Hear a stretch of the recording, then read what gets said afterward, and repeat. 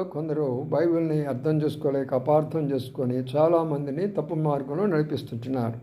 లోతు తన బిడ్డలతో పాపం చేసినప్పుడు అది పరిశుద్ధ గ్రంథం ఎలాగవుతుంది, ఆయన దేవుడు ఎలాగవుతుంది అని అన్నాడు. 4000-5000 సంవత్సరాల కింద జరిగిన సంఘటన. అది అజ్ఞాన కాలం. అప్పుడు లోతున్నటువంటి ఏరియా అంతా కూడా హోమ్సెక్సువల్స్ ఉండేవాళ్ళు, అనగా పురుష సంయోగులు. దేవుని కోపం వచ్చి అగ్ని చేత ఆ ప్రాంతం అంతా కాల్చేశారు.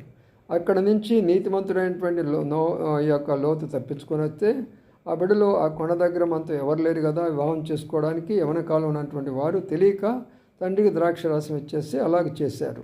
అందుకనే దేవుడు వాళ్ళని శిక్షించి వారికి వచ్చిన సంతానము అమ్మోనీయులని మొయోబీలని ఈరోజు వరకు కూడా ఇశ్రాయేలు దేశం అందు యుద్ధాలు జరుగుతున్నాయి వాళ్ళ గురించి.